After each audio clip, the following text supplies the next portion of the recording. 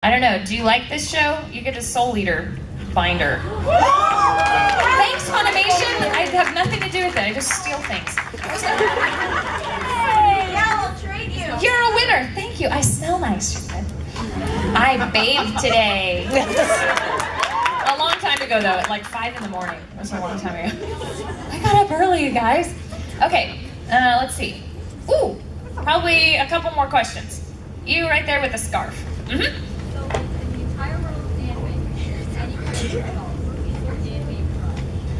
In the entire world of anime, any character at all, who is my anime crush? Oh, too many. There are too many. Oh, wow. I'm trying to think of like the first time that I watched a show and was just so captivated with a particular male character and who that was. No, not Levi, that's too recent. Mustang. No. He's just saying things. He's like, Elton John. Just like, what? Okay. Was it Tuxedo Mask? I don't think that it was, actually. I mean, I really love Sailor Moon, but I didn't have a crush on Tuxedo Mask. Who has seen a little show called His and Her Circumstances? Oh, good. A lot of people. Yeah. If you haven't seen it, you guys should really see it. I'm giving you like Caitlin's favorite anime, and this is one of my favorite ones. And it has a manga, and it's an excellent manga, and it's a decent length, like 18 or 20 volumes. So it's so super good. And I really love the main guy in that one. His name's Arima. Yeah, he's great. And this show is beautiful in English, in Japanese, and the manga. It's called Kare Kano, His and Her Circumstances. Please do yourself a favor and go find this show and watch it. And love it forever and ever. What else? What else we got? You, ma'am, in the black shirt. What's your favorite blooper from any of the shows you've done? My favorite blooper from any of the shows I've done? It's hard to remember. It's hard to remember them all, so you can only kind of remember the ones that are recorded for all posterity, like the Oron bloopers. And I can't remember a particular one. What's your favorite? My favorite would have to be when Mori is running and grabbing Honey while he was pushing the cart. I can't stop laughing. It might be one of my favorites, and it's not even me, but it's because I was there, obviously, when that was happening. So if you don't know what the heck we're talking about, get on YouTube and watch the Oron bloopers. They're on there legally. And there's this one where Travis Williams' character, Mori, has he totally comes across and just like strong arms Honey Senpai's character, and Honey Senpai's trying to pretend to be an old man selling ice cream. Ridiculous. And Travis, who's a very big guy, he's like 6'4", yeah, he's just a big guy. No lie about him, he loves tiny, cute things. He really does. I mean, I'm not saying you go to his house and it's full of little alpaca figurines. I mean that. But like kittens make him go, oh, like he really likes, little animals, and he loves. So it's kind of perfect that he plays Mori Senpai and tags along with, Honey all the time. And he just could not stop. Like, he couldn't believe that he was so amused by this animation, he couldn't get his act together. Like, come on, Travis, you only say like 4 words an episode. Let's get a move on. I got other actors to record. Who hasn't asked one? Right here in the blue. How many days did it take for Travis to finish all his lines? How many days did it take for Travis to finish all his lines? Well, he's so difficult. He'd want a coffee break, like between every grunt. Yeah, he's awful.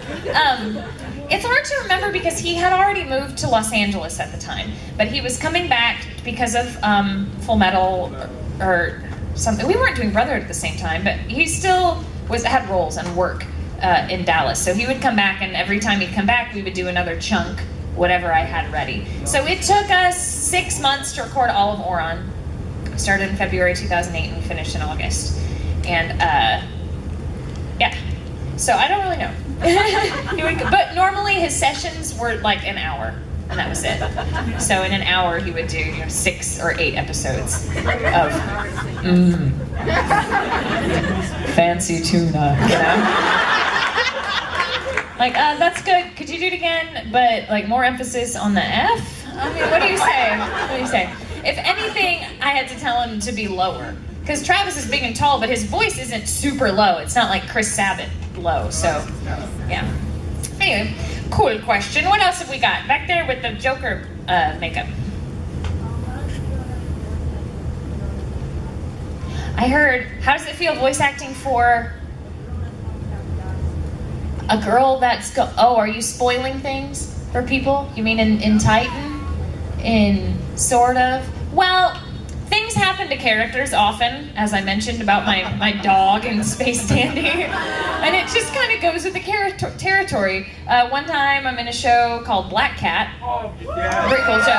And I'm like, I love this character. She's so fun and weird and quirky. And Tyler, when I auditioned, he said, Tyler and Jeremy Inman were the directors. And they're like, we want someone to be like Natalie Portman's character in Garden State. You're just out there, you're random, you're kooky, but sweet, and everyone loves you. I'm like, okay, that sounds rad. And she sings, and she dies. Like episode 8 or something. I'm like, what? So, yeah, close.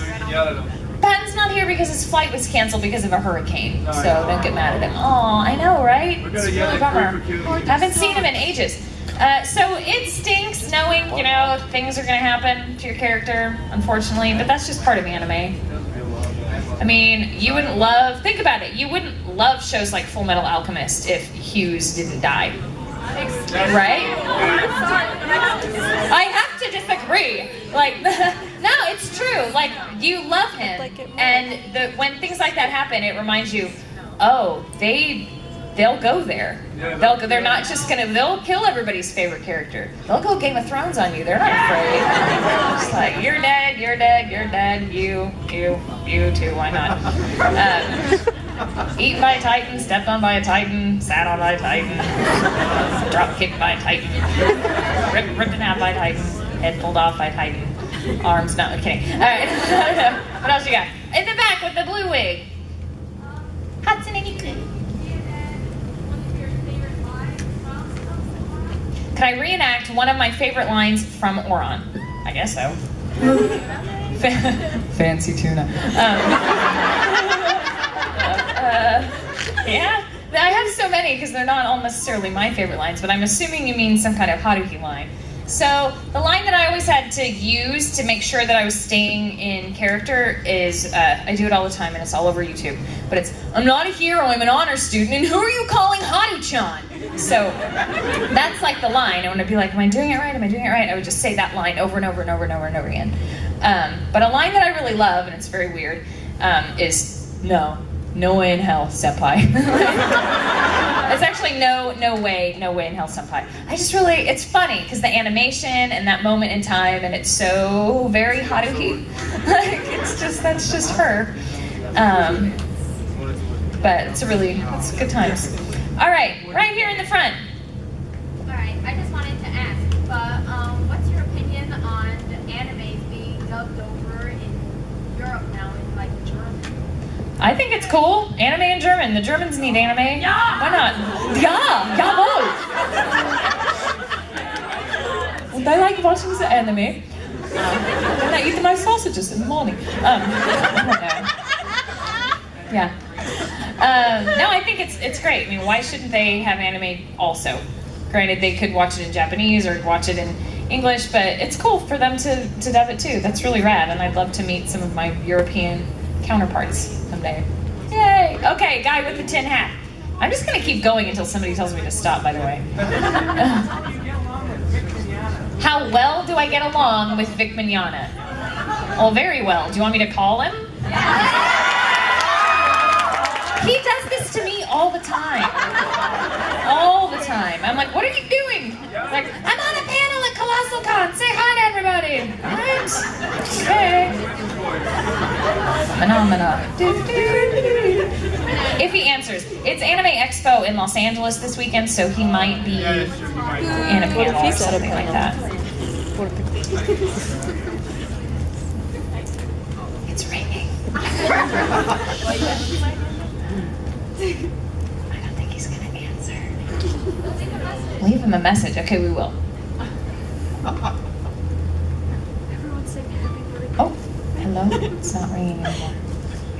Hi, sweetheart. He says, hi. I'm on a panel. Put him on speaker.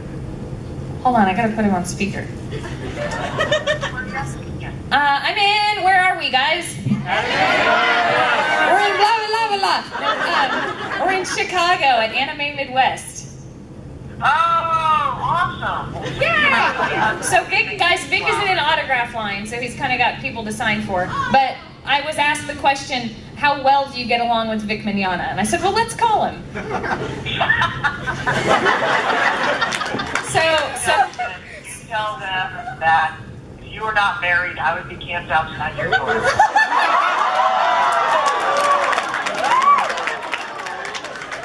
I'm telling Michelle. Okay, well, my panel is about to end. I think you may actually be the closing question, so congratulations. All right. Well, happy Independence Day, everybody. I love you guys. Yay! I love you too. I'll talk to you later. Bye. Yay! So, that's how well I get along with Vic Mignogna. And for that question, you, sir, get a prize. Yay! Also, for that rad hat, you get a prize. Check that out. Woo! This is my last prize of the day. You get this one-piece puzzle. I'll save the best for last, right? So who's on staff? Do I need to go? Is there like a line of people in the hallway going, shut up, Caitlin, we want to hear whoever's next? Oh, I see. Okay, so essentially we can keep doing what we're doing until someone shows up and tells us to get out? Are you guys cool with that, or do you have places to be? All right, well, if you have things to do, go and do those things, and I won't be mad. Okay, okay. Thanks for coming and hanging out. But in the meantime, who still has a question? You do, with the glasses. Okay, so I am supposed to be Miria and describe this panel, and I think this panel is incredible!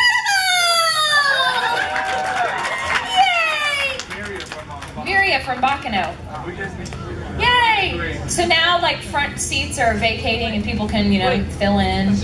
First 2 rows are a splash zone. Shamu's gonna come and, just joking. Just kidding. Yes, Homestuck! Oh, hi. Just before I leave, I really love your voice acting. It's so amazing. Oh my god. A question. Yes. What would you, like, recommend for people who are, like, wanting to do voice acting? Okay, so the question is, what would I recommend for people who are wanting to do voice acting? And in all sincerity, I would recommend that they examine their motives for wanting to be a voice actor. I'm not trying to be mean or anything. And if Chris Patton were here, he'd tell you the same thing. And he actually posted something very similar to this, answering this question a couple days ago. Because at conventions, we meet all types of fans, and a lot of people will come and tell us, you know, they're interested in the voice acting world. So ask yourself, do I want to be an actor, and that is my life? Okay, cool. Then pursue acting and know that voice acting is a thing that you can do and a potential way to continue using your craft and to make a living at the job of being an actor. Then there are other people out there that, like, just want to kind of do voiceover and do that and have a little home studio, and, you know, maybe they've done a few things here and there, like they've done some independent games or they've got some little work, but still all they really want to do is just be in an anime, like it's on their bucket list or something. You're like, okay. Then there are other fans that really want to be voice actors, but what they really want at the heart of it all is to be a part of anime. They want to say, I'm a part of that thing that I love. And it's cool because we all, in some way, do that or feel that about a thing that we really love a lot. You know, like a band that you really love, you want to do more than just be at their concert. You know, you wish you could go, you wish you were their friend or something. Yeah, and in anime, it's kind of like, well, I want to live in this world of these characters that I really like, so you just want to be in it. And there's nothing wrong with that, okay? I'm not saying these things to, like, put you down. Like, there's nothing wrong with it. I just want people to know that if that's your motivation, just to say you're a part of it, I don't know, it's tough because there are those of us that are in that first category that I mentioned, where acting is our life. You know, it's what we do and we can't do anything else. I mean, that doesn't mean we're incapable. Like, I have a day job and I do other things. But if I weren't an actor, I don't know what I would do with myself, you know? So examine the motives, because it's not an easy job. And not just voice acting, but being an actor. I mean, it's a job where you are rejected more than you're accepted. A lot more than you're accepted. So if you can't handle rejection, if you can't handle someone just looking at you and going, no. And they haven't even seen you act or heard you or anything. Oh, not the industry for you. But if you can handle all of that stuff, and you still go like, I want to do voiceover and I want to be a voice actor, know that to be an anime voice acting, you have to live in Los Angeles or Dallas or New York or Houston. 4 places in the world, and you're going to be competing with a lot of people for the roles, because there's acting, okay, that's huge. Then there's voiceover, which is smaller, and then within the world of voiceover, there's anime, like even tinier. So the niches keep getting smaller and smaller. So just know that it's really competitive, but that people are really serious about what they do. So you can't take any of it lightly, and just start acting wherever you can and learning how to take direction. Maybe from that girl over there, the directing student. Yeah. All right, right there, my friend. When you do like really, really emotional scenes, do you ever take that home with you, or like it just kind of affects you the rest of the day when you get away from the movie? Sure. So the question, when I do really emotional stuff, do I take it home with me and it affects me the rest of the day? Occasionally. In theater, it used to happen a lot. Because, especially after rehearsal, because you would rehash and rehash the same particular scene that could be very emotional, like over and over, and you go home and you would just feel exhausted because you've been living in this tortured place of your character for the last like 4 hours.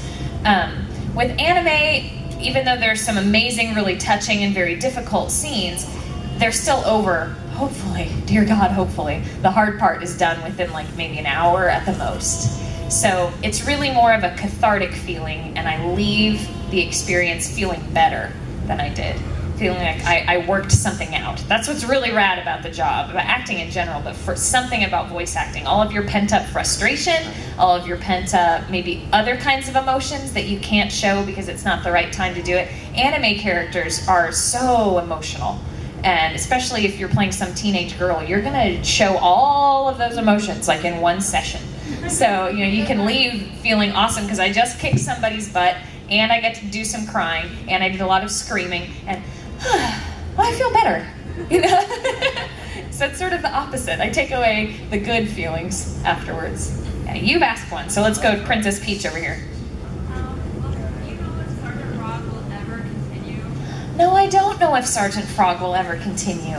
I think it was one of those things that when it was super, super popular, it just got mishandled. Like the companies that had it didn't really know what to do with it. So then by the time it got to Funimation and we're like, oh, awesome, this is a rad show, the fan base had kind of moved on to other things. And it is still really dang funny, and everyone who's in it worked very, very hard. But unfortunately, I don't think it really got the sales that it needed to make the company, because it is a business, go, hey, we want to get more of that Sergeant Frog thing. So go out and buy some Sergeant Frog, guys, and maybe we can give Princess Peach some more episodes, okay? Who hasn't asked one? You haven't. What are your thoughts on Black Butler? Can you say a line as Hannah? Okay, what are my thoughts on Black Butler, and can you say a line as Hannah? I don't want to break any Black Butler fans' hearts, but I think it is a really weird show. It is totally bizarre. If you don't know what it's about demon butlers eating souls of little boys and drinking tea and throwing cutlery. Right? Am I right? Okay. Black Butler in a nutshell. And lots of British accents. Oh yeah. Yeah. So, yeah, I remember thinking, this thing looks really cool, but it's so weird. It's so very weird.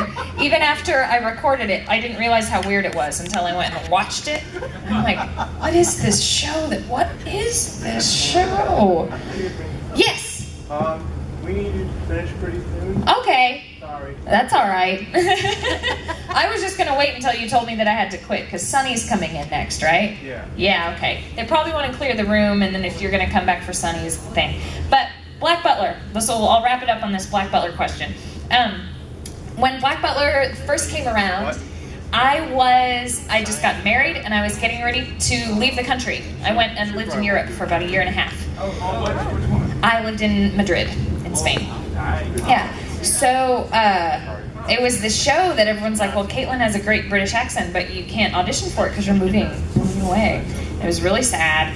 And they even thought, well, maybe she can just be some character that we can record real quickly. But they didn't have all the materials. So I think Alexis is Alexis Queen Elizabeth? Yeah, she's. Yeah. I thought they were saying maybe she could be her, but nope. Bye, I'm on a plane. Off I go. So I just thought, well, that's a cool show, or so I thought, that I don't get to be a part of. And then while still living in Spain, I was coming back to the States to do some conventions and to do some what's that other show? FMA. To do some Brotherhood stuff. And I think even the Evangelion reboot movies, I was doing those. And they had auditions come up for season 2 of Black Butler. And they used like every female they could think of already in the first series. So they're like, can you audition for it? And at the time, I knew that I would be moving back within 4 months of that visit. So I auditioned, and they gave me the part of Hannah. And while I was still there on that trip, we started. And I recorded half of the show. And then when I moved back 4 months later, they had been holding it. Everything was done except for Hannah, and I finished my part. So I really enjoy playing her because I love the voice, and I think that everyone on it sounds great. Like Jason Douglas and Tatum and Brina and Lucy Christian plays Aloise. And that's actually the part I really wanted, was Aloise. I'm so glad that I'm not him. I love that I'm Hannah, and I also love that even playing Hannah, I got to sing. So, in Welsh. And we may play that for you guys. Alexis and I are doing a panel tomorrow about music in anime. I think it's at 2.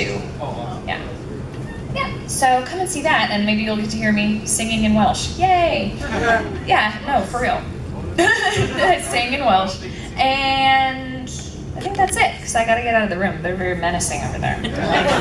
Like move, get out of here. What's that? 1 o'clock, not 2 o'clock. 1 until 2, somewhere in this hotel. There's a panel about dubbing music for anime. This room, with me and Alexis. Maybe we'll sing for you. I'm sure we'll play some things. It'll be good. Good times. So thank you guys so much for hanging out with me. If you're gonna bum rush me for autographs, let's do it out in the hallway so that these guys can get ready for the next panel. Yay!